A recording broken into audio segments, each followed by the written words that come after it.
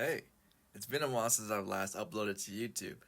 After uploading this video, this would be my first video of 2025. And although it's not really good or healthy for the algorithm for myself, I do plan on getting better on that in the future. So there's this library near where I live that will sometimes hold artist showcases where they'll have this little board where artists can hang up their paintings and whatnot. And they'll have this desk nearby. We'll have like some information on the art or the artist or both.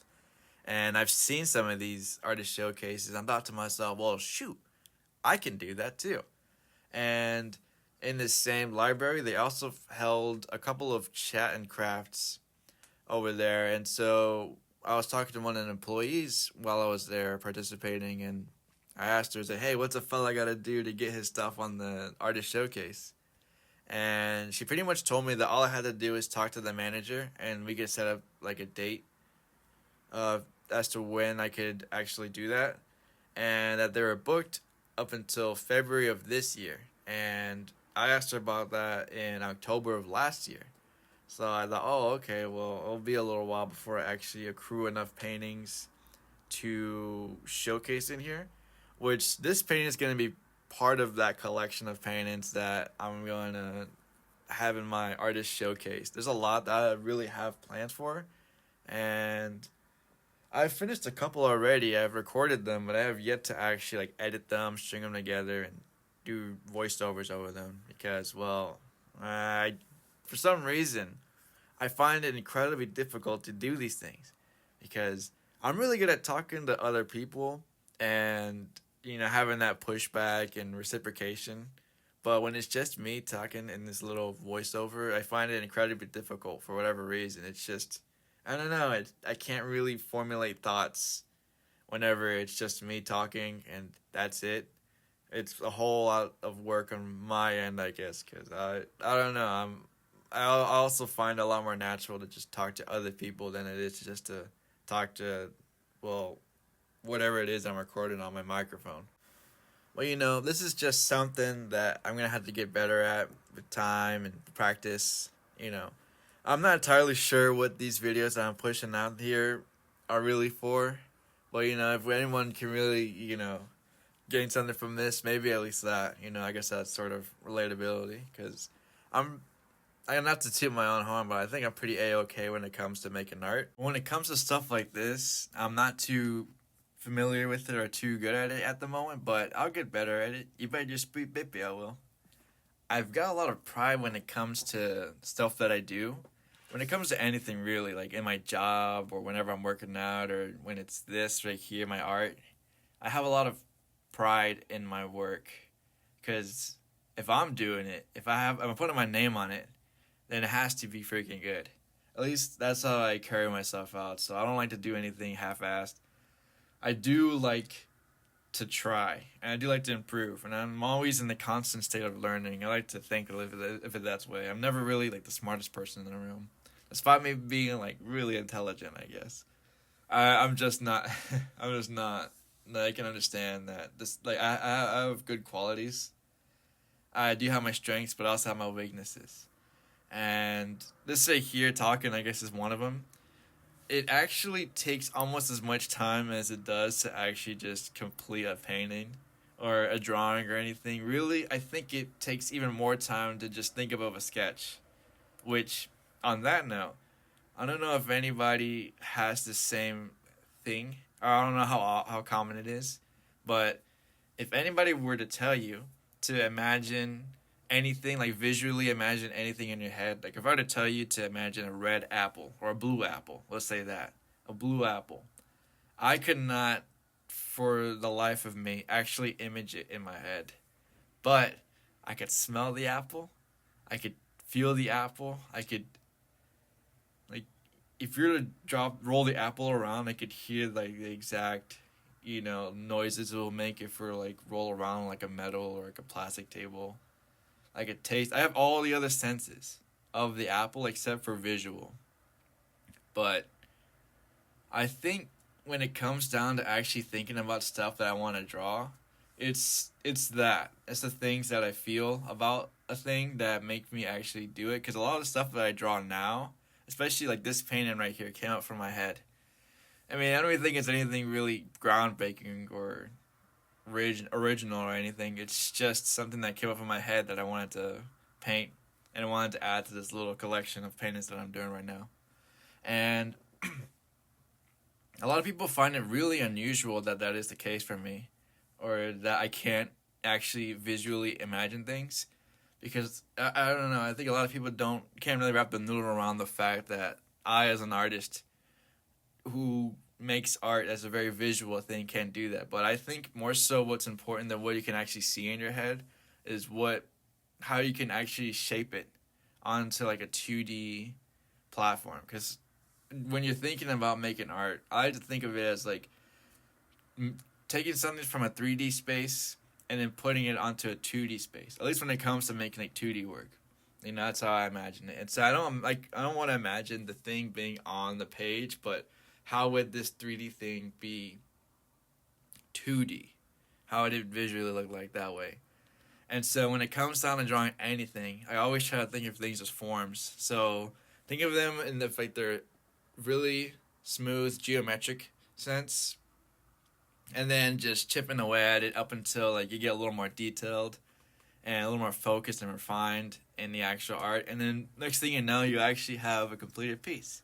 And a lot of times, it never really goes out the way it plans out. At least this painting never did.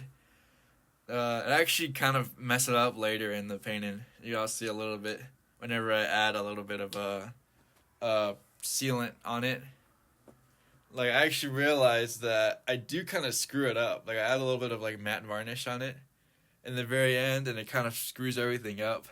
And I kind of like had to sit there and really contemplate lots of things, but like I said, not everything goes as planned, and I think it's totally fine. I think because it does add like a little bit of a character to it. Like, it's not as clean as I would like to have had it, and the thing isn't as symmetrical as I would like to have it either. I think the text where I have monkey brains at, like, it's not as centered. I wish I could just select it and just like nudge it a little bit to the left, you know. But that's whatever. It's fine as it is. I just wanted to get something done. And so here we have this painting. At least I have it here right now. And it's just another piece of the pie that's gonna form into this nice, neat little collection I'm building up right now. On top of other things, I'm really incredibly busy when it comes to my art. Like, I like working on multiple mediums. So this right here is an acrylic painting. I'm using almost entirely just Posca paint markers.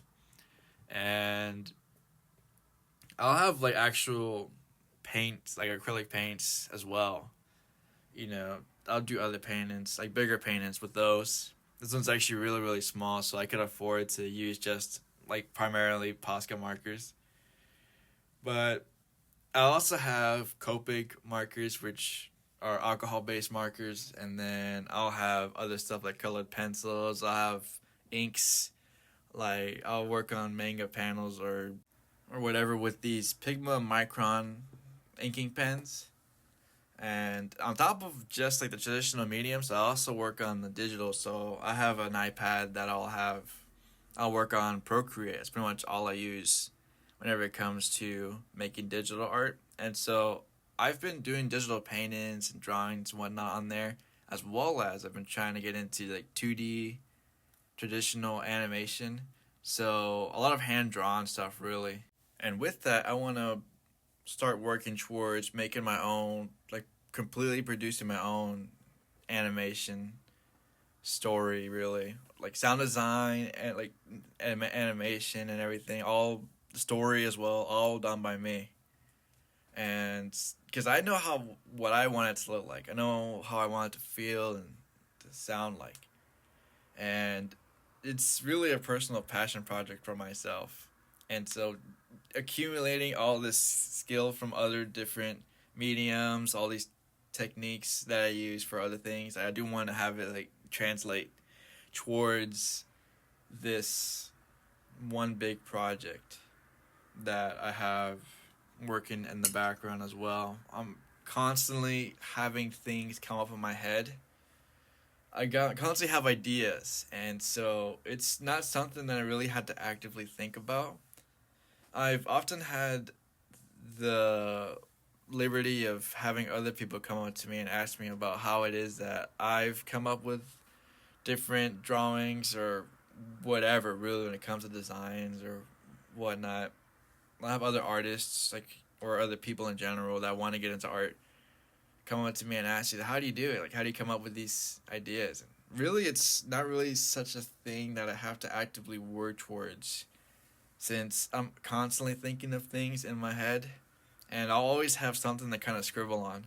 I have a bunch of different pocket notebooks around me that have been scribbled on, and not everything in there looks really good, but they'll oftentimes just spark this, like, other ideas to spawn from just really initial rough scratches or sketches or whatnot of whatever it is I'm thinking at the moment.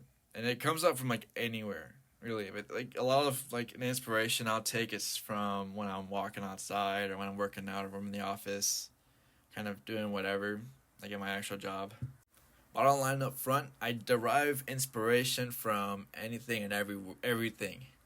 And it's pretty good when it comes to my art, but it's also kind of a crutch. My creativity is sort of my curse, I guess, because when it comes down to learning in a large scale environment where they'll have curriculums like in school or in college or whatnot, I cannot actually do that. Like, it's actually incredibly difficult for me to follow a standard when it comes to learning stuff.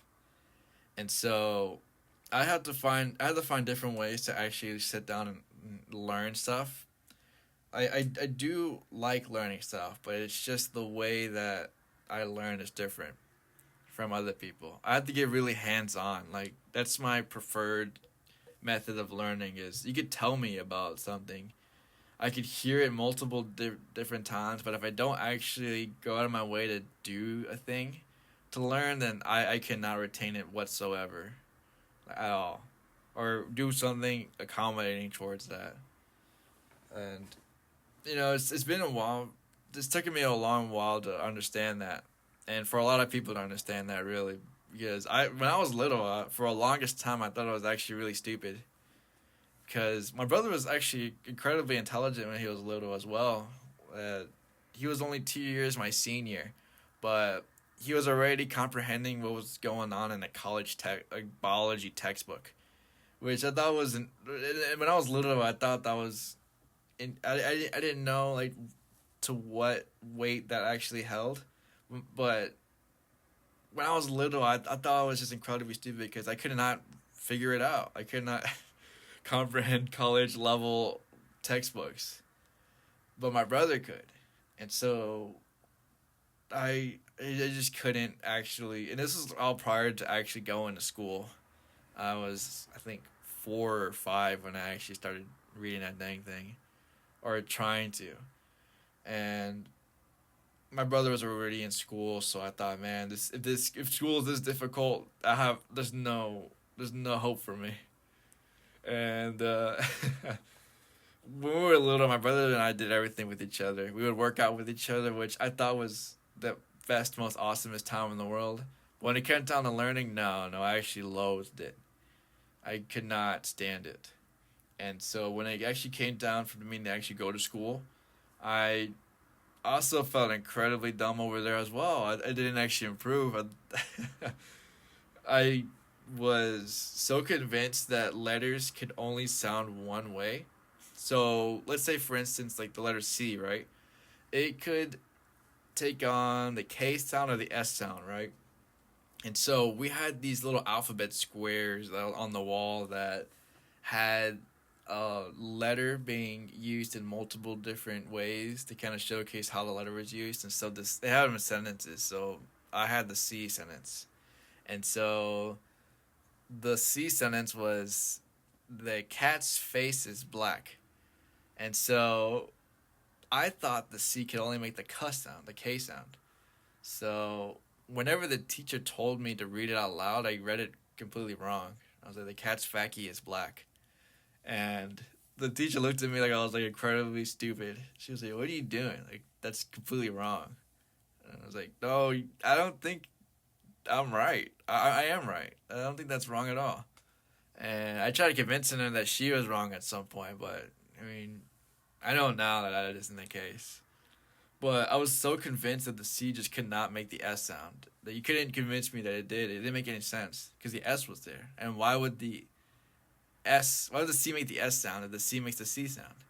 And I just couldn't actually, I was so wrapped up in that.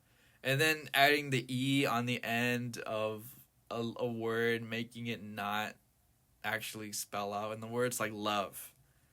It has an E, a silent E in the end.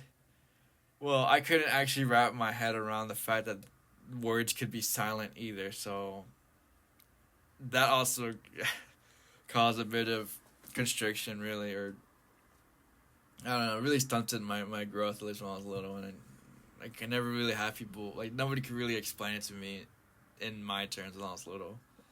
And then it came to math. Like, addition and subtraction, I guess, are pretty easy, but multiplication was difficult. It was actually impossible for me to actually understand. And then division, even worse. Exponents, on top of that, come on. Like, that stuff is impossible for me to learn. I could not fathom it. And so, I guess with that, it kind of leads into how I think and how different it is. And I'm talking way too much. This right here is my painting that I finished. It looks pretty neat, and I do enjoy it for what it is. And I enjoy a lot of the stuff that I paint, and this is just another one of them. And I really hope that y'all enjoy it as well, or listen to me, or whatever. Take whatever you will from this. And thank you for listening to me talk about nothing. And goodbye. Actually, before I go, this right here is the moment where I kind of screwed up the painting a little bit whenever I applied the matte varnish. I don't know if I put too much of the varnish on it or if I didn't wait long enough for the paint under to settle. But you'll see that, yeah, I picked up some of the blue, and that some of the blue also kind of smeared into like the left side of there of the painting. So really big egg on my face to actually just go back and actually color over everything pretty much. But I think I kind of saved it. It doesn't look terribly bad now. It looks actually pretty nice. I do like how it looks whenever you shine a light through it. It kind of looks more like how I would want it to look. But all in all, again, I still do enjoy this little painting. It's really nice. Anyways, thank you again for watching, and I hope to see you again soon. Bye-bye.